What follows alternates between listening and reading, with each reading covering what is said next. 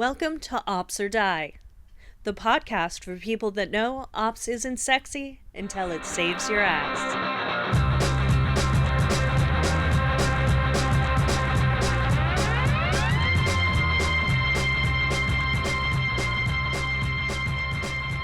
My name is Kerstin Lynam.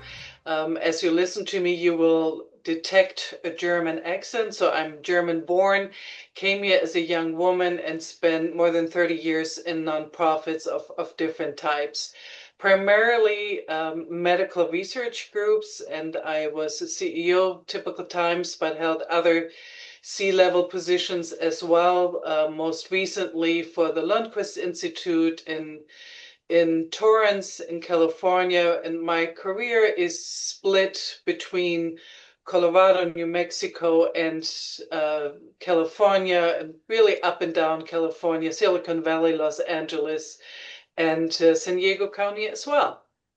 I love that. I love that. All over, all over California. So when we're talking today, obviously your nonprofit background is an operations area that a lot of people kind of ignore. Like, oh, nonprofits, they're off in this corner, but they're really not. And they're just like any other business. So I think let's start off with describing the typical roles, financial and operations roles in a nonprofit organization, because I think people find it very similar to just any other company.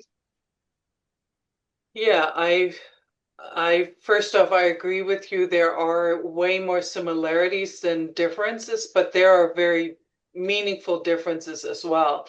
To answer your question, I think finance, it typically includes finance and accounting, sometimes payroll as well, risk management, purchasing, and sometimes IT and facilities report to finance as well. But operations more traditionally have IT, HR, and facilities under them.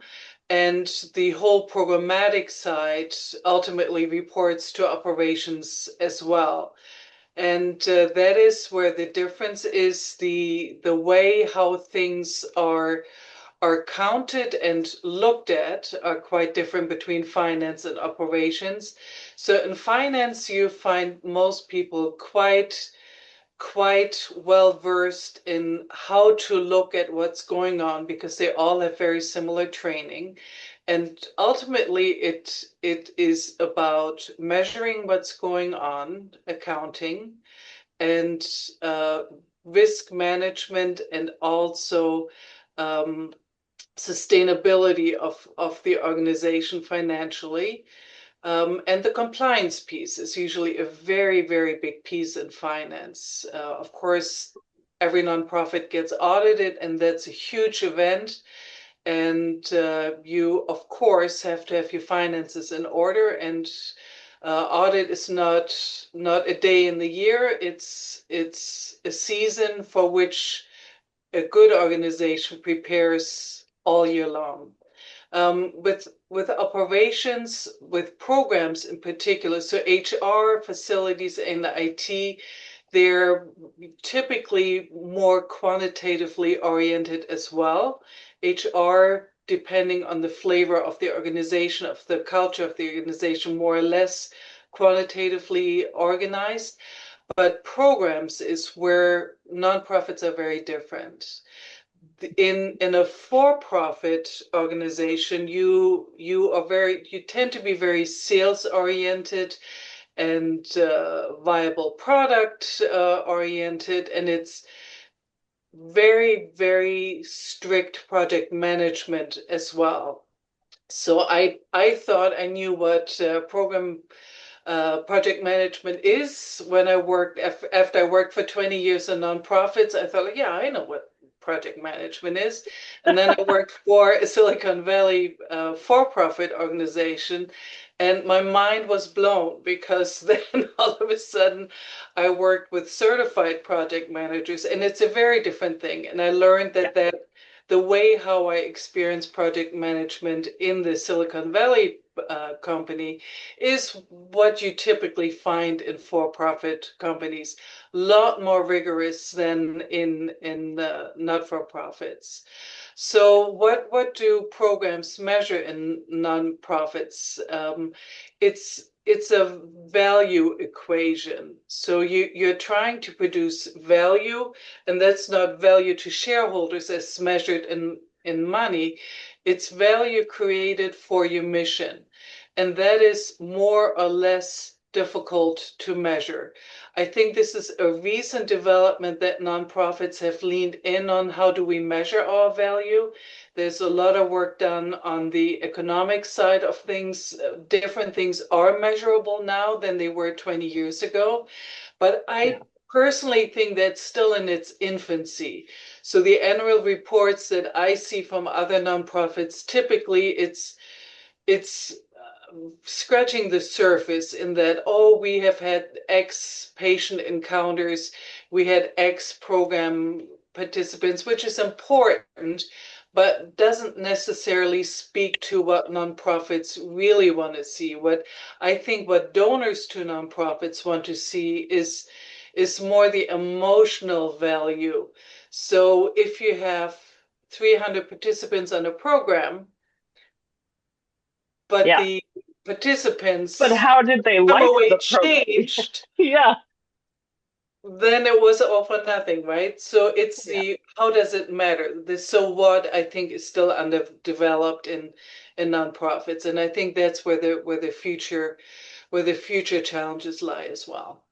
I agree. I think that getting those kind of documented metrics for nonprofits is a harder ask almost than for-profit entities, because it's how do you get beyond like counting people and saying we did this with your money and this is where the money went. And one of the organizations I work with, Bay Area Creative, they they actually have spent a lot of time on this and met with someone who does measurable statistics, an organization who did that, and came away with these surveys that they use for both their participants who are in the program and the teachers at the schools that they're in. And they're measuring they have this very professionally created survey that measures like, what did you come away with? And actually documents kind of feelings and attitudes about the programs. And I think I would definitely agree that that's definitely the trajectory, because the grants that they're getting want that information. And so it's definitely headed in that direction. Well, you also need to be ready as a nonprofit. So who's your customer? It's of course the people you serve, but it's also the people who sponsor your work. And when you look at who sponsors your work, it's a highly varied audience, and some are more science oriented, and others are all heart, and others just give because their friends give. So you just don't know, and you have to understand that you have to be ready for all of it. Yeah. Now, as a CEO of nonprofits, and I know that you've done many roles, but also as a CEO for nonprofits, when you come into a new nonprofit, and I know finances is obviously in how you track and monitor it because of your specific stakeholder audience that may be different. What are some of the common things and messes that you needed to clean up first? And how did you do that? And what are some of the things that you've seen are done well, which actually helps this nonprofit, because you effectively continually in a race for donors as well. And also nonprofit doesn't mean you can't make a sustainable revenue income stream. So it may not just be donation dependent, but tell us more about what you've seen out of your experience, the common mistakes, the things that can be improved, and how you improve that. The short answer is not easily. The longer answer is I don't think there's a substitute for really diving in deep and truly understanding the finances. If you're the CFO, of course you look. If you're the CEO, I think there's no excuse to not look very deeply into the finances. And I've always done that. I have an interest in it. And to me, money is a different language that talks as well. And you have to see how the money is spent. So you do it to identify waste, but you also do it in order to find stories and to help tell stories and to find those nuggets, those quantitative nuggets to communicate to your audiences, be it funders, be it individual donors, be it your board members, be it your colleagues within the organization. So how do you do that? What I find is often not great is cost allocation. So when you have sponsored projects like federal or foundation grants, I have seen people be quite careful about this because it's known that you have to track exactly as it was asked, because if you don't, if you're not, so at least the second grant you ever get, you're going to be careful because if you screw it up, you will know about it and you will upset relationships with your sponsors. And so I think that most nonprofits are probably relatively careful about this, that they track appropriately what they spend on a sponsored project. But for internal projects, so let's say you have program A, B, and C that is maybe sponsored by separate sponsors, or you use unrestricted funds of it. I think the separation into parts of what the entire program environment looks like, that is often tried, but then implemented incorrectly because nobody is being asked to care enough. And that's where I think the answer lies. You have to begin to communicate that it matters to care, that management decisions will be made based on how you track your finances. And it's the beginning of the learning together journey that a good CEO will initiate, even for small and medium-sized nonprofits, where the program people may have been used to being kind of left alone. As long as the programs come off well, everything is good. And my approach is a little bit different. I think it matters to really know what's going on, including financially. And you won't move toward the qualitative measurements in a good way if you don't practice with money, because that's frankly a lot easier than the qualitative counting. I am a huge proponent of this. I think that, accounting is important.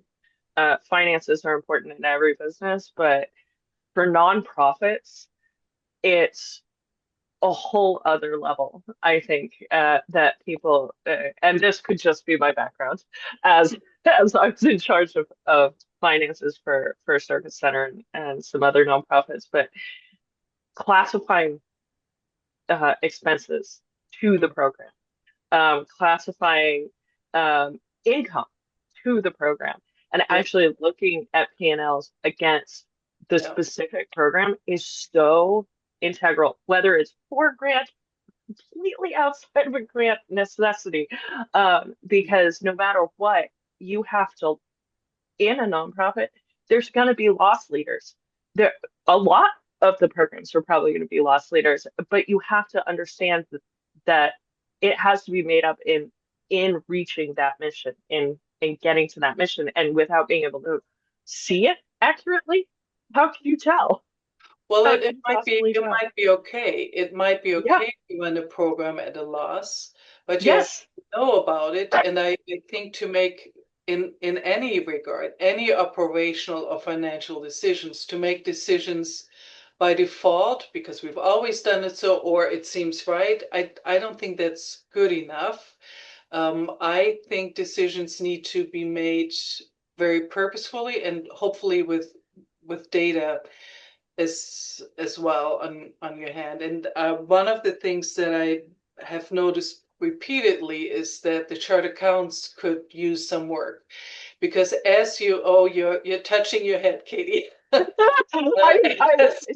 It's like you're pulling thoughts from my brain. Um, I have seen two rudimentary chart of accounts, but more frequently chart of accounts that go too granular. And so as an experienced administrator, you always have to ask, if I were to implement this, would I and would my staff be willing to carry this forth for the next 5 years? And if you Yeah. think that, oh, maybe not, then it's time to go back to the drawing board and think about, what do I need to change to make it useful? And less chart accounts that are well understood and well used is way better than super granular. Like, do we need to know if travel is travel to a conference or travel for a program? Probably not. If you just call it travel, then everybody knows what it is. And you can usually find other ways to separate what type of travel it is based on the account that it goes to, the higher level project association. Yeah. So I think a lot of people think that they have to answer all questions with a chart of account, and I think that's not right. You cross-reference different things. You might have flags in your accounting systems, however you call it, projects, flags, whatever the Yeah. flavor of the culture is in which you work. There's so many things that you can do by combining characteristics, that I think the chart of accounts are best used if they're relatively simple, and if you have them defined with a description of what it means. I have fallen into this problem inadvertently. I think something is super clear what it means, and then I hear from staff, what does that stand for again? And I'm like, well, it means it's an external contractor who does this for a living. It's a business. They have a website, and it's like you have to. It just stuns me sometimes what I have to explain, and so the right answer is to not be stunned, but to go do the extra work and define each account very, very carefully with example. It's tedious, and you don't have to necessarily do it yourself. You can be the one who edits it, but it has to be done if you want to stand a chance that the coding goes right. And then you, Yeah. of course, have to check it too. You can't just put it out and hope it gets done. You Yeah. you have to follow it and you have to check it, because every cultural change, and it is a cultural change, doesn't happen because you said so. It happens because you keep talking about it and keep monitoring it. Yeah. Yeah. I love that. And you bring up a great point, is that terminology, the conversational Yeah. terminology, especially I feel, again, from my background, in accounting, in that finance world, we use a lot of terms that people are Yeah. like, I have no idea what that means. So, so when you're talking about operations and finance teams in a nonprofit, what does that look like when you're trying to discuss things, and operations is a lot of times talking from a programmatic or mission point, and the finance team is speaking from the financials and that terminology, and how do you kind of overcome that misalignment of language? I really appreciate that question a lot. I'm fond of saying, if you don't have trust, you have nothing. And one has to understand that people come to a nonprofit not because the income potential is so great, but because everybody, and I mean everybody, has some kind of connection to the mission. And so the program people, they understand that their finance colleagues are there for the mission as well. And the finance people understand that the program colleagues understand that the nonprofit is a business too, that if the finances aren't there, that the programs cannot happen.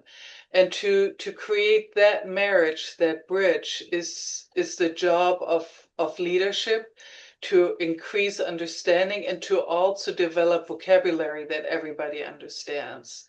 And I'm personally a big fan of very involved strategic planning that reflects then in annual and individual goals, that also reflects in budgets. And I think through the budget, a lot of learning can happen. And I think it's a little bit easier to learn through a budget that pertains to your program than it is to understand a balance sheet or a cash flow statement. I think the statement of functional expenses, when you roll it up, I think that's useful, very useful for nonprofits. But it's a budget where I tend to spend a lot of time with program people as well. And you have conversations about it. And if, of course, they should be involved in setting the budget, they should at least do the first draft of it. And once you have a board-approved budget, it needs to be clear, this is our guideline, and changes can happen only under those circumstances. Then you have a guardrail, and it's a lot easier to find common words to talk about money. Yeah, I like that. Yeah, so I mean, from that perspective, there's a lot of alignment, and as I say, language is one of the first places to align people. And as you said, definitions is so important. I'm always stunned how, people who come from multiple cultures and cultural backgrounds, not just business cultural backgrounds, as you mentioned, the culture between finance and operations, but also ethnical cultural differences. And I've seen projects completely fail because someone thought everyone understood a specific word in the execution of what needed to be done. And then when you go around a table, you might get 14, 15 different answers. So I think definition in what this means, and as you say, from defining the accounts as well, is so key. So how did you work with leadership and structure with leadership, if you can give some nuggets to nonprofits out there in bringing this team alignment and in this strategic process to the forefront, and what worked and what didn't work? I don't know about your experience, but I have seen that if left alone, most organizations silo into different tracks. If you don't work on not being siloed, things will be siloed. And I think that's where it starts. And so we talked about the budget. I think reporting plays a very important role too, in a way that's kind of already mentioned with budget, because of course you have budget and hopefully monthly budget reports, but those reports need to be well understood. And like everybody else, I have failed based on assumptions, and you have to train yourself to assume less and ask more. And just the simple ask, why don't you explain your budget report to me, will show you what people understand and don't understand. And of course, you don't do it in a punitive way, you do it in a learning together way. And as a leader, if you consistently show that you're interested in forward learning, not in punitive accountability. Yes, accountability, but not punitive. Always focused on forward learning, then some real learning can happen. But people have to believe you. If they don't trust you, if they feel like they have to look good in front of you, that's not good. And a good way to start that is to purposely admit mistakes that you make yourself, to just bring humility to the table and laugh about your own errors and just bring them up, because that teaches people, oh, she just admitted to an embarrassing mistake. That happened to me too. I guess I could have admitted that too before. And so you lead by example, and you lead by motivating as well, by explaining what your intention is. I think the best job I've done on breaking down silos was by implementing lean, because lean has these huddles, these daily startup meetings, and at first everybody hated them, but Oh yeah. it turned out they became really, really helpful. And Yeah. because I was successful in creating a learning forward approach, um, when the meetings became stale, we didn't scratch them, but we called in our consultant and said, "This is our experience. What could we do better?"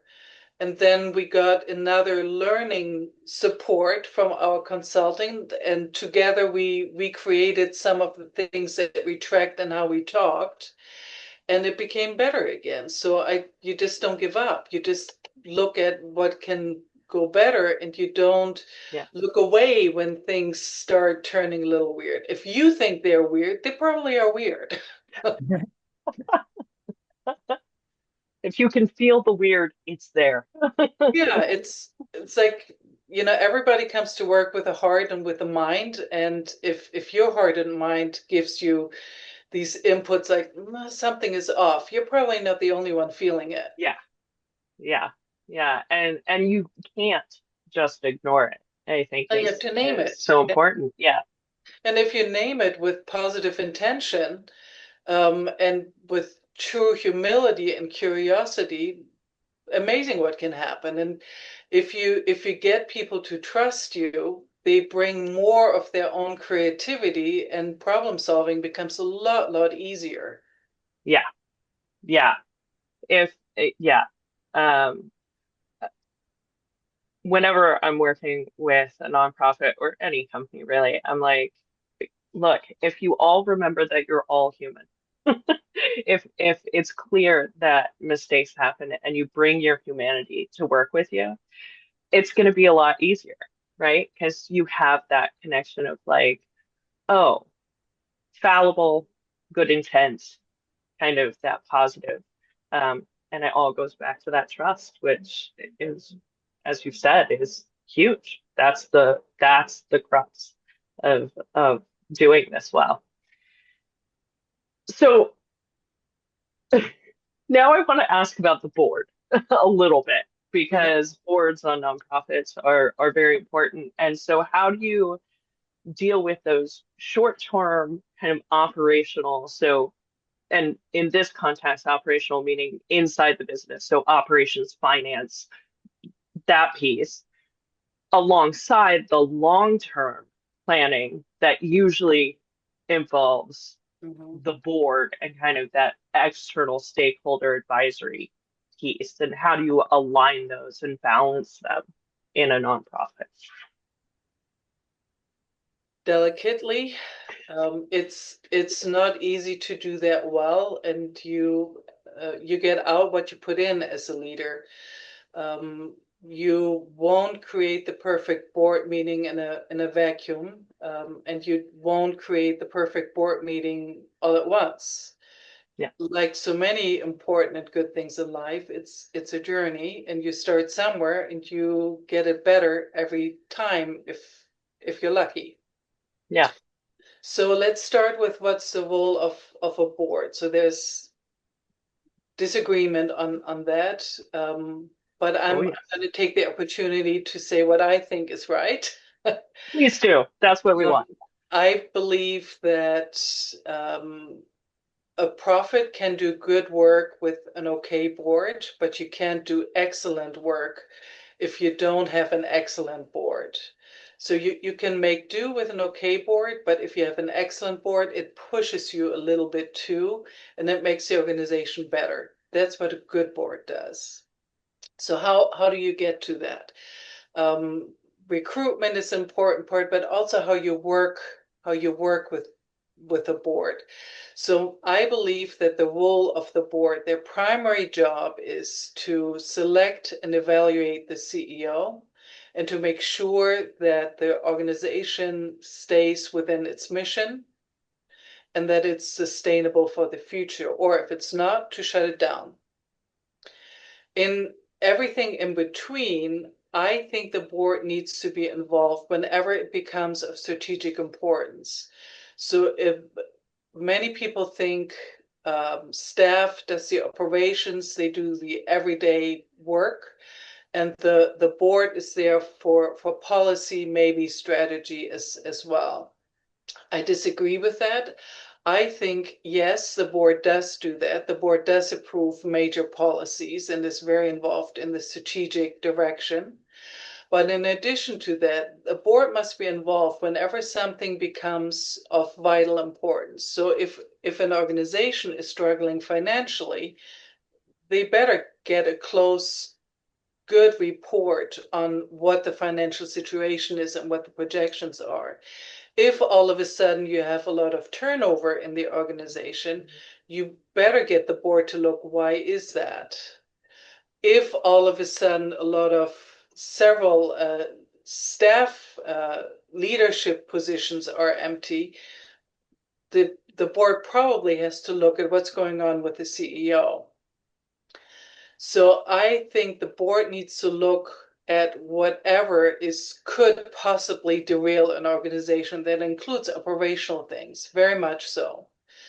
So how do you then report to the board? Well, it becomes a little bit more difficult. It's not just financial reports that are honest and tell a story, because not every board member is financially trained. You have to train the board members, and you have to create reports that tell a story. But you also have to find a way to talk about the more qualitative parts of your organization. So you have to begin to report on some HR data, maybe. Maybe you should talk about security, IT security. Maybe you should talk about program attendance in board meetings as well. What are do you have any dropouts? When do the dropouts happen? You have to offer service so that the board can ask questions.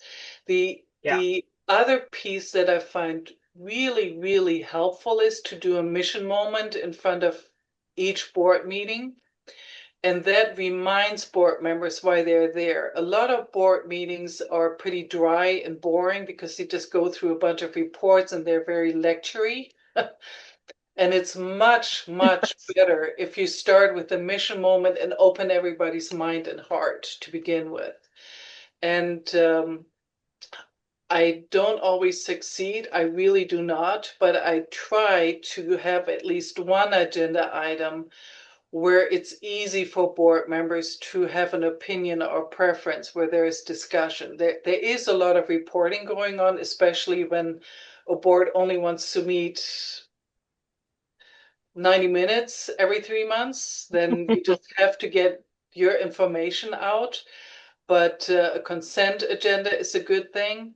And then just focusing on whatever is of critical importance. And you really ought to find a way to get your board members to talk. Yeah. The other piece that's important with board work is you have to create relationships with each board member.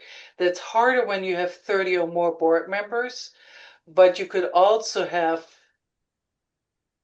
an executive board and then the larger board. And at least with the executive board, I think it's important to meet at least monthly, face-to-face, Zoom or in person, just to have an opportunity to talk about, oh, by the way, Harry, I'm thinking about such and such change in the program. What do you think? What do you think about that? And you can get surprising answers, and you can avoid uncomfortable questions during the board meeting itself. And it also gives Harry, the board member, an opportunity to say, oh, by the way, at the last board meeting, when you presented that report, I didn't quite fully catch it. What was the point you were trying to make? And it gives them a chance to complete communication, because when you're sitting there with 10 to 30 people in a room, people don't talk like when they're in front of you with a cup of coffee in between you. Yeah, no, So and I you've got to think create those intimate moments where it's okay to show show you I don't knows. Yeah, yes. Oh, so many times sitting in a board meeting where you can just see the eyes glaze over, Yeah. especially when it comes to financial reports and just like, I don't understand any of this, but I'm Yeah. not going to say anything because I don't want to be that guy.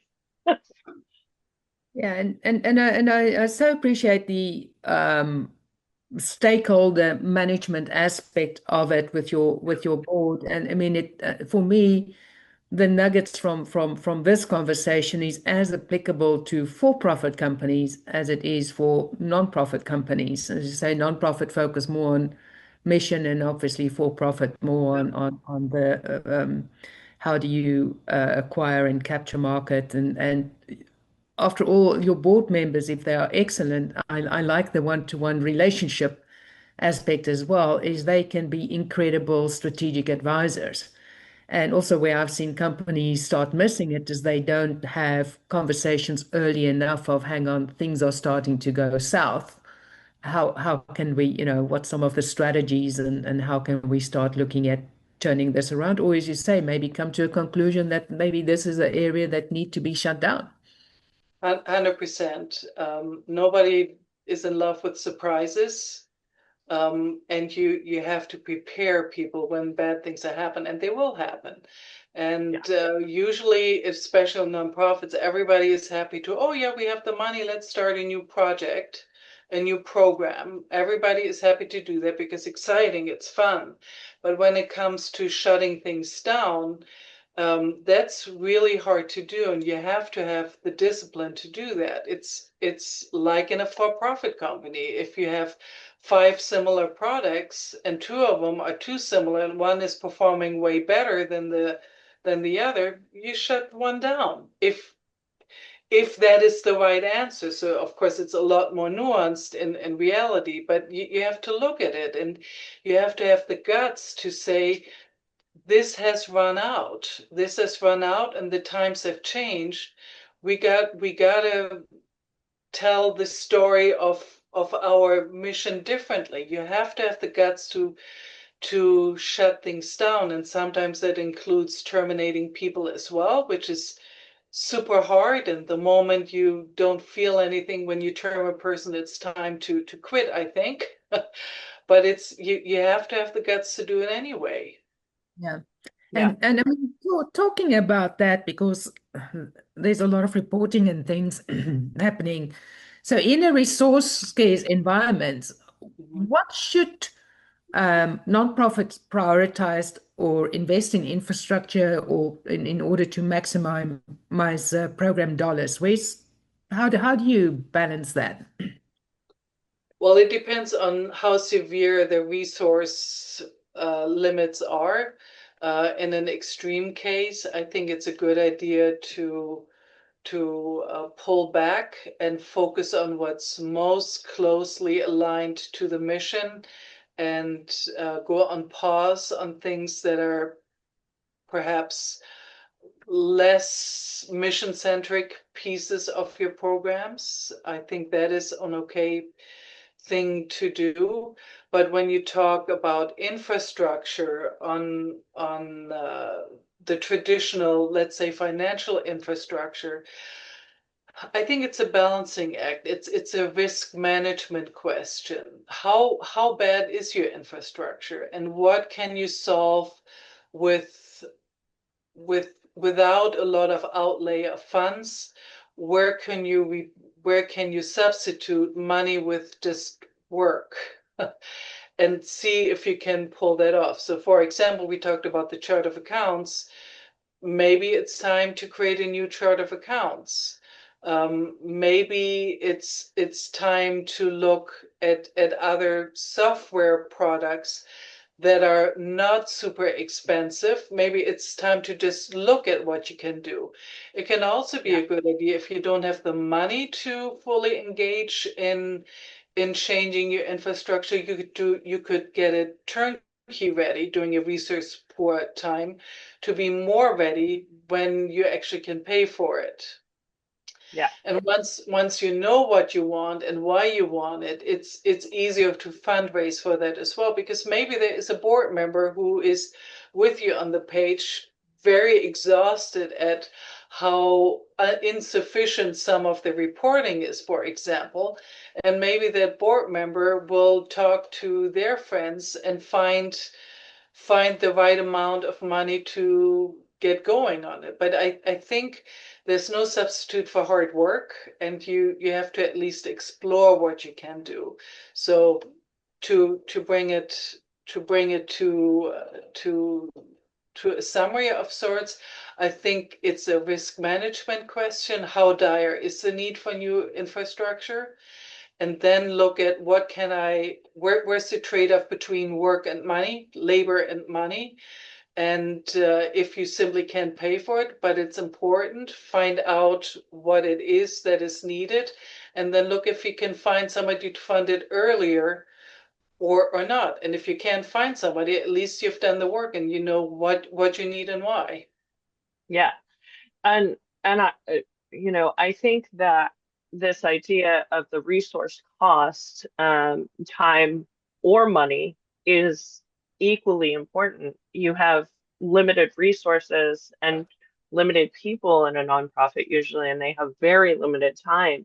And so Yeah. if you can go out and find those tools, those pieces that could potentially give them back more time to do more pieces of other projects or other tasks that they had to do, it's worth the look. It's worth seeing if it's out there, because there are so many options now for different tools and different resources and so many of them give nonprofit discounts. And so, Right. it can be found if you look, and the return into the organization of other resources, I don't think can be understated when you're looking at these possibilities. And so, I think that's an important, I love that point of just at least go look, see if it exists, see if you can find something that would work. And how do you look, right? Yeah. So just doing an internet search is not the answer. So I think it's a starting point to see how products are rated. It gives you an early entry into what to look for. But I think looking toward your colleagues, what has worked for them and why is probably more helpful. Yeah. There's a lot of quality of learning that can happen there. Um, and also, if you have a friendly consultant who will give you a little bit of pro bono time, or a Yeah. company a salesperson even, who will let you in on this is what this does and why this is a good idea. I think there's so much you can learn. But I really appreciate, Katie, your point also on time as a resource too. It absolutely is. And as a good leader, you have to ask, if we do this, what is it that we don't do? Yeah. And it's Yeah. again a trade-off. It's again a trade-off, but with all this learning and finding solutions, you're cycling back to the budget, because eventually comes a time where you will try to budget it, and that's then the conversation, not just with staff, but also the board who will approve the budget or not. Yeah. And maybe it's okay to run a deficit for a year using reserves for it. If everybody agrees it's an important step in the right direction and it's a part of scaling, board members will say, well, of course, investments need to be made. And so never underestimate the willingness of a board to support what you really want to do, even if it's hard. Yeah. Even if it's hard. I like that. That's super important. Yeah, Yeah. and I think from that perspective, because I've seen with infrastructure budgets as well, I mean, also with all these new tools and things available, costs can creep up very quickly if it's not managed properly. But at least to have a consistent percentage applied for infrastructure um, is quite key as part of the budget, because that's just the cost of doing business. And we know if operations doesn't run effectively, and yes, you can replace it with people doing manually doing things, but then there's Yeah. a Yeah. density of missing things. Yeah, so I'll give you an example on that too. So in one of the organizations that I led, there was based on how it was set up, um, there was a need to have a rather complicated mechanism to pay for the time of the researchers. And nobody liked working on that, but everybody understood it was necessary. It was one of several things that seemed overly laborious.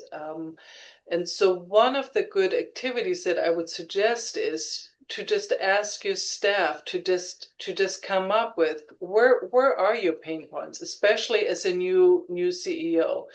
Usually staff knows what is ridiculous to work with. They know what frustrates them.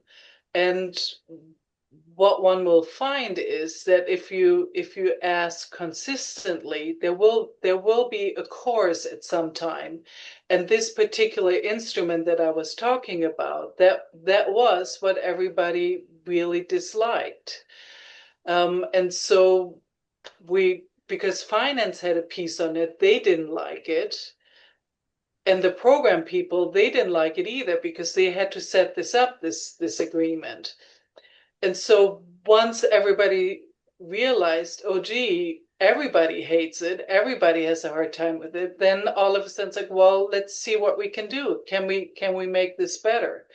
And there usually are ways to optimize a process and to automate it to some degree. Yeah, yeah. And But you have even to just yeah. selling the value to the stakeholders, the staff, right? Like I have a similar story where clocking in, clocking out was terrible. And they were on paper timesheets and it was awful and Yeah. we'd get them late constantly. And we had this platform that was already built that Yeah. that tracked the classes anyway. And it was like, and so I literally talked to the staff about why they hated it, why they couldn't use it, and it came down to they weren't shown, they didn't know like how accessible it was, and they didn't realize that if they started clocking in and clocking out, that we would pay them for setting up and tearing down for their class because they had just been marking their timesheets as class time. And I was like, but you're working. And they were like, so hold on, we make more money? I Yeah. was like, yes. Yeah. And immediately, almost 100% buy-in. Yeah, Katie, I meant to mention that in response to one of your earlier questions, one has to understand that a lot of things don't work well, not because people don't care, but because they don't know. And so people coming from programs, they're just trained very differently and they're Yeah. motivated by different things than finance. Uh, but there is somewhere, when you think about the Venn diagram, there is a shared area, and that's what you have to capitalize on, and that's what you have to broaden as a good leader. And so teaching people, taking the time to understand why things don't work. So as an administrator, you might just look at something thinking, this puzzles me that this is so broken. Yeah. Well, take a Yeah. look and figure out why it's broken. And often a tool can help to line back into the technology part. So better technology can help. And sometimes it's already there. It just needs to be worked with to become more user friendly and to address existing cultures, or you have to move the culture toward it, depending on how it works. But you Yeah. have to understand it in order to move things in the right direction. And, Yeah. But there's no ill will by anybody No, typically. It's typically just not knowing any better. And it's nobody's fault, but it's everybody's problem. and it exactly. and I think that that comes back to, yes, you understand where's the, say, the top three friction points, and also leaving it up to, because the answers are already within. I mean, they are frustrated by these systems. They maybe not trained on it, and they always have a bypass system how to do the job of what they need to do. And if you release that a lot of the time to the team to say, okay, how do you solve it? Which is, as you so rightfully said, then it's amazing with how fast they come up with a more efficient process that, again, we can either reapply in the existing technology, or it might be one of those things to step back and say, hey, we may need to stop this specific tool. It's not doing what we should be doing. We may need to look at something else. So that bodes the question of how have you seen the latest trends in what we've seen in technology and also lowering the cost? How has technology changed the way finance and the rest of the business operations teams collaborate? I think ideally it would improve it. I may not have the best view on that, the most comprehensive view. My impression is this, though.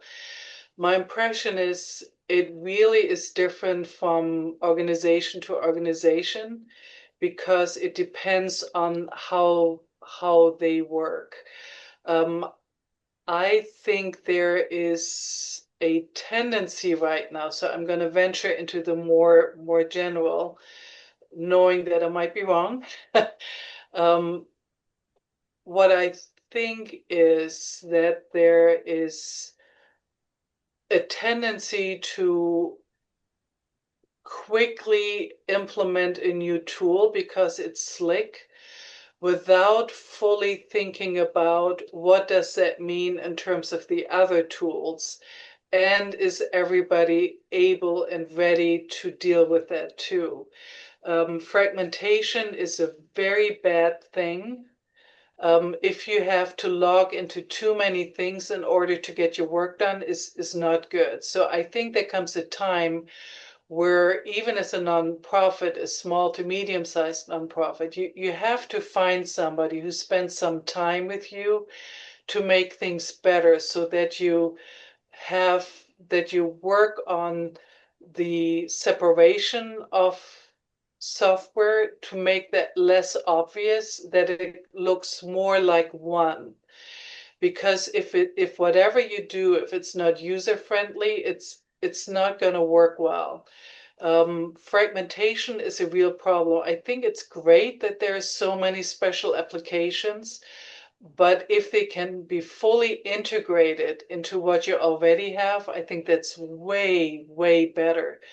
And if it's not already a plugin for your main software, let's say, I think it's worth asking, what can we do to make it invisible, that it's actually a separate program? And a lot of nonprofits are so specialized in what they do, but the other side is every nonprofit thinks that they're also special, and they are, but they're also special in similar ways. And so whatever your need is, maybe you can talk your software company into, hey, if you do this for us, I could imagine applications A, B, C, D, E for colleagues in different areas as well. So can we explore this? So it's always good to just ask and see what's possible, and sometimes you get surprised and hear exactly what you want. Yeah. Yeah. And I think I just want to highlight that point because it's a motto I live by. If you don't ask, the answer is always no. Yeah. So you at least ask the question. I think, you'll find that a lot of even technology platform teams are more interested in solving problems than you would think. They're not just building for building's sake. They're actively trying to provide solutions.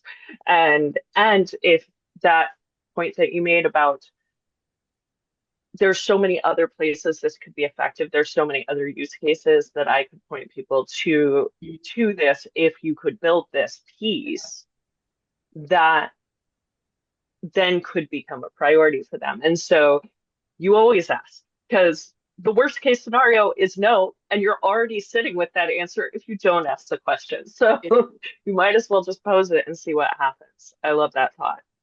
Yeah, I think technology holds so many promises, And one has to look, even if it's not your language. So I'm not a technology person. It's not my language, but I respect it. And I try to partner with people who speak better technology than I do.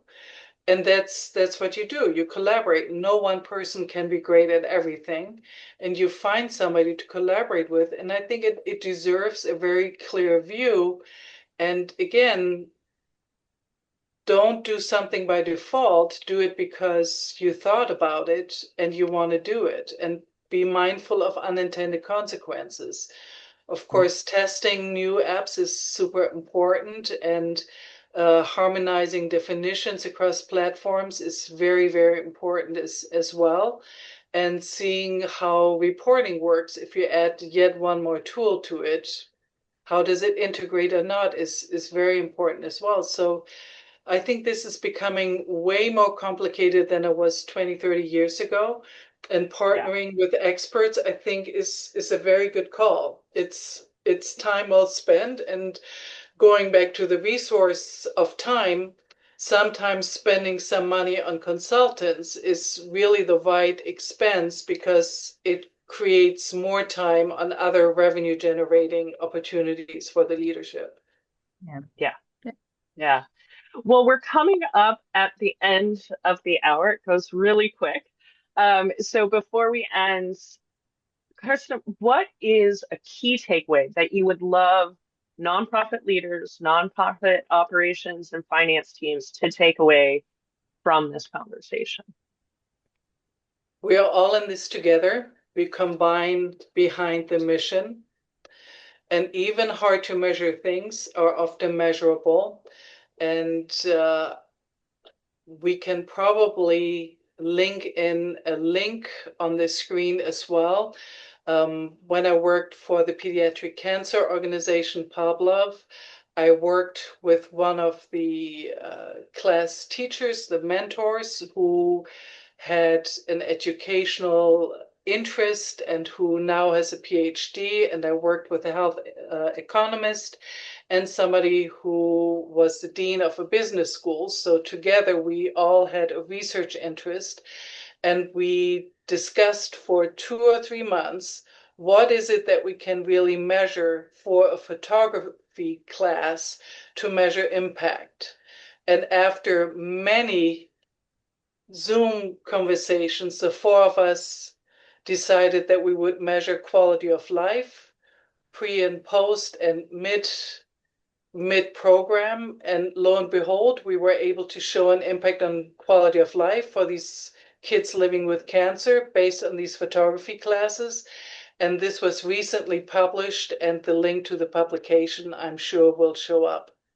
Yes, yes, we will definitely add it to both the show notes and the description, and check it out. That sounds amazing. Yeah. Everything can be measured. I love it. Always the saying, what's measured improves. But thank you so much, Kerstin. This was really amazing to learn also more about the nonprofit world and how operations and the importance of operations in that, especially around financial operations. If people want to get hold of you, and we'll also publish the links in the show notes, what's the best way to get hold of you? Email, and it's last name, first name at gmail.com.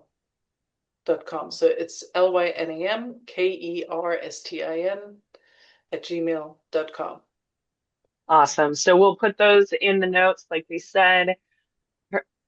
Thank you so much for being here. I love talking about nonprofits. It's the world which raised me, if you will, to be who I am today. And like I said, you pulled so many thoughts just straight out of my head.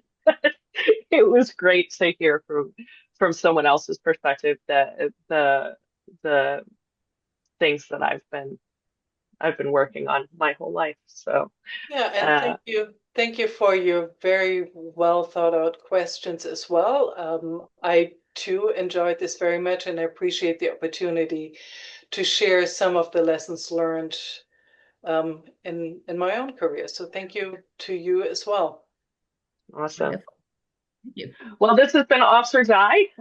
Follow us, like, subscribe, do all the things after this episode. And again, thank you for being here, and we'll see you next time.